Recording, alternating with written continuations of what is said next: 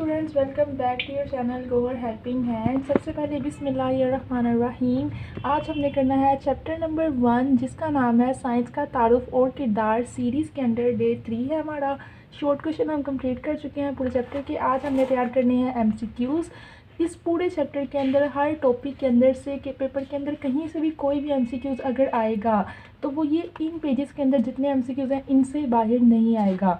इनके अंदर से ही पेपर के अंदर बोर्ड में आपके एमसीक्यूज़ आने हैं। तो इसको अभी के अभी मेरे साथ जो है वो सारे एमसीक्यूज़ आप लोग तैयार कर लें। पढ़ते हैं। सबसे पहला टॉपिक आपका आता है 1.1 चैप्टर नंबर 1 के अंदर जिसका नाम है साइंस की तारीख। उसके अंदर से आपको क्या एमसीक्यूज़ पूछा जा सकता है। अब अगर आप टॉपिक खोलते हैं बुक को देख के तो आपको इसके अंदर से कुछ पता नहीं चल रहा है ये पूरा टॉपिक लिखा हुआ है एमसीक्यूज़ क्या आ सकता है। तो आसानी के लिए यहाँ पे इस बताया हुआ है इसके अंदर कि टोटल सिर्फ और सिर्फ 4 एमसीक्यूज़ अगर हैं इस टॉपिक के अंदर से जो हमेशा पास पेपर्स में बोर्ड के अंदर आते रहे हैं और अब भी आएंगे, इनको तैयार करते हैं। इसके अंदर से पूछा गया इस्लामी कीमिया गढ़ी का दौर कौन सा है। ऐसा कौन सा दौर था जिसमें इस्लामी केमिस्ट्री जो है इस्लामी साइंटिस्ट ने पढ़ाई थी, कीमिया गढ़ी पढ़ाई थी या ये दरियाफ्त की थी। वो था दौर 1400 सदी वाला और 600 सदी वाला। इसके दरमियान में 600 से लेके 1400 वाले जो साल गुजरे हैं, अब जो है वो 2000 वाला साल चल रहा है, 2021, 22, 25। तो 600 से लेके जो 1400 तक के साल थे वो सारे यही वाले साल थे जब इस्लामी कीमिया गढ़ी चल रही थी। यानी जो इस्लाम के लोग थे वो केमिस्ट्री पढ़ रहे थे और पढ़ा रहे थे।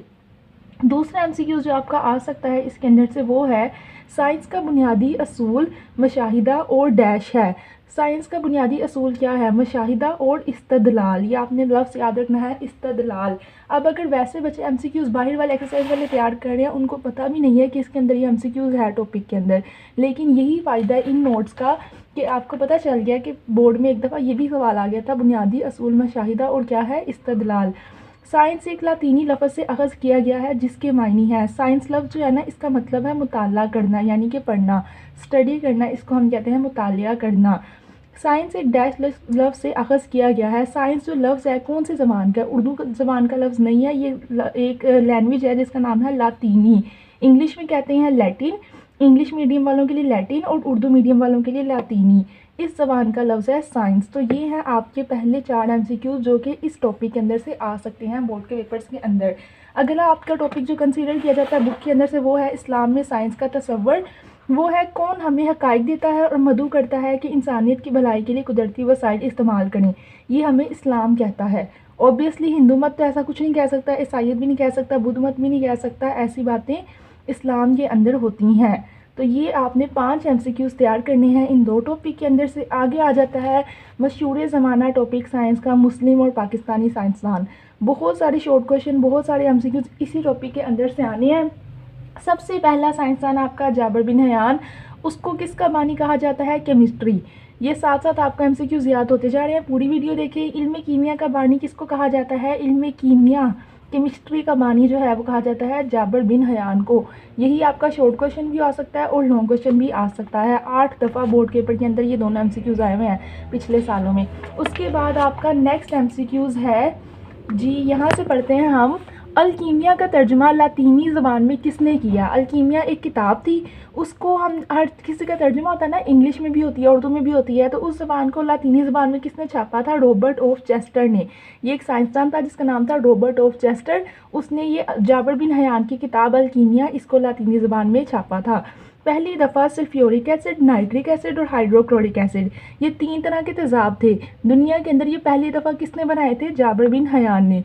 जाबिर बिन हयान कौन सा मज़मून का माहिर था? कौन सा सब्जेक्ट का माहिर था? केमिस्ट्री का यानी कि कीमिया का। कौन सा मुसलमान साइंसदान है इनके अंदर से? बताएं। गैलीलियो मुसलमान है? नहीं, वो तो अंग्रेज़ों का था। मार्कानी जिसने रेडियो ईजाद किया था, एडिसन जिसने बल्ब ईजाद किया था। तो इन सब में से मुसलमान साइंसदान था जाबिर बिन हयान। उसके बाद आ जाता है मोहम्मद बिन ज़करिया अल राज़ी। बताएं जी किस शहर में पैदा हुए थे? रे के अंदर। रे वाई रे शहर का नाम है, इसके अंदर पैदा हुए थे मोहम्मद बिन ज़करिया अल राज़ी, लेकिन मुसलमान थे और साइंसदान थे। तख़मीर के ज़रिए अल्कोहल तैयार की। पूड़ियाँ हम जो खाते हैं, हलवा पूड़ी, उसके अंदर मैदा तख़मीर होता है, उसके ज़रिए सबसे पहले दुनिया में अल्कोहल किसने बनाई थी? अल राज़ी ने बनाई थी, मोहम्मद बिन ज़करिया अल राज़ी ने। ये एमसीक्यूज़ था। अल राज़ी ने केमिकल को कितने ग्रोह में तकसीम किया था? 4 ग्रोह बनाए थे अल राज़ी ने केमिकल के। बहुत इंपॉर्टेंट एमसीक्यूज़ है, सबने याद रखना है। पहली बार बेहोश करने के लिए इफ्यून का इस्तेमाल किया। इफ्यून ये जो होता है ना, टिश्यू के ऊपर आप लगाओ स्प्रे और जिसके मुंह पे लगाओगे बेहोश हो जाएगा, तो ये सबसे पहले किसने ईजाद किया था? अल राजी ने। ये भी मुसलमान साइंसदान थे। उसके बाद आ जाते हैं जी इब्न अल हशेम। उनकी किताब थी किताबुल मनाजिर। ये किसके ऊपर लिखी थी उन्होंने? ये किताब किस चीज़ के ऊपर? रोशनी के ऊपर, लाइट के ऊपर, रोशनी की शुआएं। ये किताब सबसे पहले किसने लिखी थी? इब्न अल हशैम ने। उस किताब का नाम था किताबुल मनाजिर। किताबुल मनाजिर लिखी है किसने? लिखी है इब्न अल हशैम ने। रोशनी की खसूसियात पर जामिया किताब का नाम क्या है? किताबुल मनाजिर।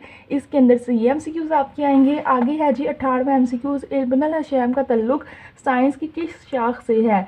यानी वो क्या पढ़ाते थे? जैसे जाबिर बिन हयान कीमिया पढ़ाता था, इस तरह इब्न अल हशैम के पढ़ाता था? रोशनी पढ़ाता था। ठीक है। दूरबीन किसने ईजाद की? रोशनी यानी आंखों की जो रोशनी है, ठीक है, जो बल्ब है, ये सारा कुछ उन्होंने ईजाद किया था। दूरबीन जिसे हम दूर तक देख सकते हैं, वो किसने ईजाद की थी? Roger Bacon. देखेंगे MCQs इस चैप्टर के अंदर है। कईयों को पता भी नहीं होगा कि इस चैप्टर के अंदर ये MCQs है, तो आपने याद रखना दूरबीन किसने ईजाद की? रॉजर बेकन ने। पिन होल कैमरा, ठीक है, जो छोटा सा कैमरा होता है पिन होल वाला, उसको किसने ईजाद किया? इब्न अल हशैम ने सबसे पहले। वो रोशनी पड़ता था ना, लेंस, तो ये उसने कैमरे वगैरह भी उसी ने ईजाद किए थे। इब्न अल हशैम की मशहूर किताब का क्या नाम था? किताबुल मनाजिर। बहुत ज़्यादा MCQs आया है। अल बिरूनी की तरफ आ जाते हैं। अल बिरूनी के अंदर से आपका MCQs आएगा ज़मीन का नस्ब कतर कितना है? आधा ज़मीन, जितनी भी ज़मीन है उसका आधा फासला कितना है? पूरी ज़मीन का कितना है जी? 6338, 6338 यानी 6338 km। पूरी ही ज़मीन अगर हम गिने ना शुरू से लेके एंड तक, उसका हाफ रेडियस, आधा फासला उसने नाप के आपको बताया कि इतनी बड़ी ज़मीन है। ये आधा डबल करोगे तो पूरी ज़मीन का कतर उसने आपको बता देना है। जदीद अंदाजे के मुताबिक ज़मीन का नस्ब कितर है? फिर पूछ रहे हैं कि कितना उसका कितर है? 6353 भी कहते हैं और 88, दोनों में से जो भी आया आपने 6300 के करीब करीब है। 53 भी हो सकता है, 38 भी हो सकता है, जो भी आएगा आपने उसके ऊपर टिक कर देना है। और ये बताया किसने था हमें? अल बिरूनी ने। ये भी आ सकता है MCQs के ज़मीन का कितर हमें किसने बताया? अल बिरूनी ने। अल बिरूनी ने रियाजी पर कितनी किताबें लिखी थी? 150। बहुत इंपॉर्टेंट MCQs है। शॉर्ट क्वेश्चन भी यही आता है, बताएं उन्होंने कितनी किताबें लिखी रियाजी पर? 150। और MCQs भी यही है। अल बिरूनी की मशहूर किताब थी, उसका क्या नाम था? शहर आफाक। ये भी MCQs आ सकता है। ठीक है। मशहूर किताब का नाम क्या है? शहर किताब का क्या नाम था? उसका नाम था तहरीरुल अमाकिन। दो किताबें थी, एक थी शहर आफाक और एक थी तहरीरुल अमाकिन। दोनों में से जो भी MCQs के अंदर आए उसके ऊपर टिक कर देना। दोनों किताबें अल बिरूनी की ही थी। उसके बाद है वस्ती एशिया के शहर ख्वारज़म में पैदा हुए। वो पूछ रहे हैं इन सारों के अंदर से कौन सा इस शहर में पैदा हुआ था? ख्वारज़म। अल बिरूनी पैदा हुआ था ख्वारज़म में और मोहम्मद बिन ज़िक्रिया अल-राज़ी पैदा हुआ था रे के अंदर। तो आपने ये याद रखना है। उसके बाद आ गया अल बिरूनी के अंदाजे के मुताबिक ज़मीन के सही नस्ब कतर में फ़र्क है। पूरा यानी कि पूरा जितना फ़र्क है ना, बता रहे हैं ना, कहीं 53 कह रहे हैं, कहीं 38 कह रहे हैं, तो कितना फ़र्क हो सकता है कि आगे पीछे हो? 15 किलोमीटर। याद रखना है फ़र्क कितना है ज़मीन के कतर के अंदर? 15 किलोमीटर। बू अली सीना की मशहूर किताब के नाम बताएं। किताबुल शिफा। ठीक है। बू अली सीना की मशहूर किताब का क्या नाम था? किताबुल शिफा। उसके बाद आ जाता है जी मुस्लिम दुनिया का अरस्तू तस्लीम किया जाता है। वैसे अरस्तू ना मुसलमान नहीं था, लेकिन कहते हैं ना कि मुसलमानों का सलमान खान है, जैसे ये इस तरह अरस्तू किसको कहा जाता है कि मुसलमानों का अरस्तू है? बू अली सीना को। उसके बाद आपसे उन्होंने पूछा है बू अली सीना कब पैदा हुआ था? 980 के अंदर, 980 साल के अंदर। अब 2000 चल रहा है ना, 980 जब साल था तब बू अली सीना पैदा हुए। यूरोप में किस नाम से मशहूर थे? यूरोप में उन्हें क्या कहा जाता है? एवेसीना। जैसे हमारे यहाँ किसी का नाम मोहम्मद हो तो यूरोप में से मोहम्मद कहते हैं, तो इसी तरह यूरोप में बू अली सीना को क्या कहते हैं? एवेसीना। उनकी किताब का क्या नाम था? किताबुल शिफा। याद रखना है। ठीक है। उसका वो किसने लिखी किताबुल शिफा? बू अली सीना ने। यही आएगा बू अली सीना ने कौन सी किताब लिखी? MCQs का ऑप्शन होगा किताबुल शिफा और आपने उसके ऊपर टिक कर देना है। बू अली सीना मुस्लिम दुनिया की डैश कहलाता है। उन्हें मुस्लिम दुनिया का क्या कहते हैं? अरस्तू कहते हैं ना। पाकिस्तान का जो है वो शाहरुख खान है, इस तरह उन्हें मुसलमानों का अरस्तू कहा जाता था। बू अली सीना ने किताबें लिखी। कितनी किताबें लिखी उन्होंने? 100 से ज़्यादा। उसके बाद आ गया जी डॉक्टर अब्दुल सलाम। वो किस चीज़ के माहिर थे? फ़िज़िक्स के माहिर थे। उन्होंने कब नोबेल प्राइज़ लिया? डॉक्टर अब्दुल सलाम के बाद।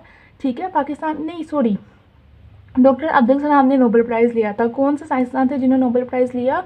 डॉक्टर अब्दुल सलाम। और वो पैदा हुए कहाँ पे जी? आपने बताना है संतोख दास में। ठीक है। साहिवाल में, साहिवाल के इलाके संतोख दास में 1926 में पैदा हुए। तीनों बातें आप याद कर लें। डॉक्टर अब्दुल सलाम पैदा हुए थे 1926 साल के अंदर साहेवाल के इलाके संतोखदास में। तो इनमें से कोई भी आ सकता है, आपने इनके मुताबिक सही जवाब पे टिक करना है।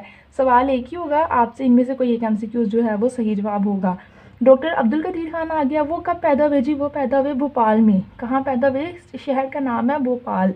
डॉक्टर अब्दुल कदीर खान ने कब पाकिस्तान में मुस्तकिल रहना शुरू कर दिया, यानी सकूनत इख्तियार की? कौन से साल में वो पाकिस्तान आ गए थे? 1975 में, 1975 में पाकिस्तान आ गए। ये वो हैं जिन्होंने एटम बम बनाया था। उसके बाद है जी पाकिस्तान एटमी ताकत कब बना था? पाकिस्तान के पास एटम बम जो है वो कब आया था? पाकिस्तान के पास एटम बम आया था जी 1998 के अंदर, 1998 के अंदर। उसके बाद है किसने 28 मई और 30 मई को ये सारे तजर्बात किए? डॉक्टर अब्दुल कदीर खान ने। और इन्होंने अपनी इब्तदाई तालीम कहाँ से हासिल की? भोपाल से। उसके बाद है डॉक्टर मुनीर अहमद ख़ान पाकिस्तान में एटॉमिक एनर्जी कमीशन के चेयरमैन बने कौन से सन में? 1972 में। और वो शहर जहाँ डॉक्टर मुनीर अहमद पैदा हुए वो शहर का नाम है कसूर। तो यहाँ तक थे 44 आपके MCQs। चैप्टर नंबर 1 के तकरीबन आधे चैप्टर के अंदर से बोर्ड के अंदर जितने MCQs आ सकते हैं सारे मैंने आपको करवा दिए हैं। टोटल इस चैप्टर के अंदर से MCQs जो आ सकते हैं वो हैं 72। 72 MCQs हैं। आधे आज करवा दिए हैं, आधे आएंगे जी डे 4 कल की सीरीज़ के अंदर। तो इतने MCQs को अच्छी तरह याद करें। जिन बच्चों ने भी क्वेश्चंस कंप्लीट नहीं किए डे 1 और डे 2 के, वो दोबारा जाएं डे 1 और डे 2 के, एक एक क्वेश्चन अच्छी तरह जो है वो याद करें, उससे लिखें, नोट्स बनाएं और अपना चैप्टर नंबर 1 अच्छी तरह याद करके पी लें कि पेपर के अंदर आपको टेंशन ही ना हो। बस एक दफ़ा रिवाइज़ करना है और आपका चैप्टर नंबर 1 के अंदर से कहीं से कोई भी शॉर्ट कोई भी MCQs पूछना है, आपकी तैयारी कंप्लीट है। टॉपिक वाइज MCQ शॉर्ट करने का फ़ायदा ये होता है कि आप पेपर के अंदर 100% श्योर होते हैं कि जहाँ से मर्ज़ी पेपर आ जाए मैं कर सकता हूँ। मैंने हर टॉपिक के अंदर से सवाल याद किया, हर टॉपिक के अंदर से MCQs किया है। जिन बच्चों को लगता है सिर्फ एक्सरसाइज से पेपर आना है, एक्सरसाइज कर लेंगे या ऐसे हम बुक के अंदर से टॉपिक पढ़ लेंगे और हमारा पेपर तैयार हो जाएगा, तो ये उनकी भूल है। टॉपर्स जो हैं वो इस तरह से तैयारी करते हैं। चैनल को सब्सक्राइब करें, बेल आइकन के बटन को दबाएं और वीडियो के नीचे कमेंट करें कि आप मेरे साथ तैयारी कर रहे हैं कि नहीं कर रहे। खुदा हाफिज़, stay tuned, Gauhar helping hand series का डे 4 आएगा कल की वीडियो में।